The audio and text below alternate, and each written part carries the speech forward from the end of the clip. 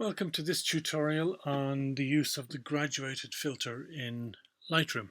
So the graduated filter is the fourth of these symbols here. This one here is the graduated filter. And when we click on the graduated filter, the menu underneath here changes. And basically we can make any of the changes that we see under here, so the color, exposure, highlights, shadows, etc., etc., in a graduated way. And what that means is that if we apply a filter to this picture, so I am going to take this, click on the filter, come to the right hand side of the picture here, and you'll notice that my cursor changes to a crosshair. If I click on the edge and pull over this way, nothing happens. What we have is we have three lines. There's a line here where we started. This is the middle line and this is the bottom line. And any change we make is going to happen in between the first two lines. So let's just change the exposure, make it darker. Okay, so when we make it darker, you can see the whole thing here is getting darker, but it's darker here than it is here. And as we go through the picture, there's less and less effect. So that's what the graduated filter is doing. So I'm just going to reset that. So the filter is applying whatever we apply in a graduated way. So more where we start and less where we finish. So this particular photograph is a photograph of an old farm building up in the Downpatrick area of North Mayo. And I was doing a project to record all of these buildings before they got damaged any further than they already are. So this particular day I arrived to this picture, to this location. I had to take the photograph from where I was, and I'm looking pretty much towards the sun. The sun is up here somewhere. As you can see by the shadow, it's kind of coming across this way. So I had to take the picture. Now, the issue here regarding the exposure of this picture is that it looks underexposed here and it looks overexposed here. But what I've actually done is I've exposed for the highlights. So I have made my histogram so that in the camera, my histogram finished just before it got to the edge. That means there is detail up here, although we can't see it. Now, by letting this bit go darker, even though this is the important part of the picture, I have saved the sky, but I know that in Lightroom I'll be able to rescue the highlight, or the shadows rather, much easier than I can the highlights. So let's just develop this picture in the normal way. So first of all, we would agree, when I'm doing this, I'm ignoring the sky for the time being. So I'm going to increase the exposure. Oh, I'm still in the filter, so it's not going to work. Okay. So let's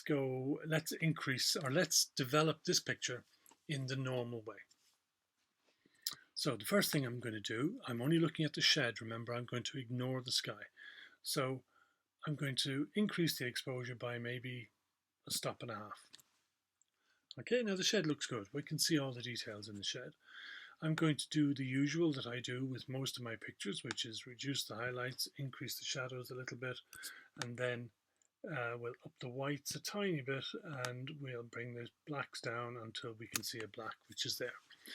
So now the shed doesn't look too bad. Okay, and let's just do the usual, give it some texture because it's all that lovely stone, and a little bit of dehaze maybe, yeah. And the vibrance doesn't really matter at this stage. So there we have a nice picture of the shed, but of course we have no sky. So this is where the graduated filter comes in. So if I go up to the graduated filter, the menu underneath changes. And now I can apply any of these changes in a graduated way. So if I go up to the top here and click and drag down, hopefully in a straight line. Now you can see I've got three lines, okay? Now I need the changes. Let's just make the changes here.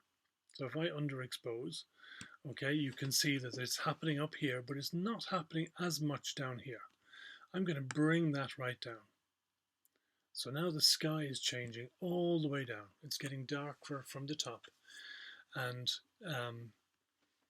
But what has happened as a result of bringing the exposure down is that the shed has also been brought down.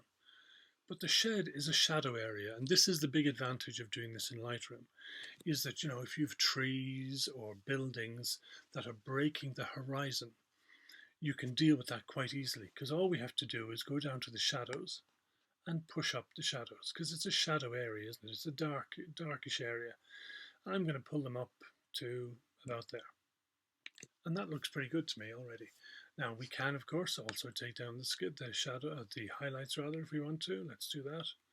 We don't overdo it. I'd say that'll probably be enough, and we'll say done. So now we have a properly exposed picture of the shed with a reasonable sky behind it that you didn't know was there until we used the graduated filter.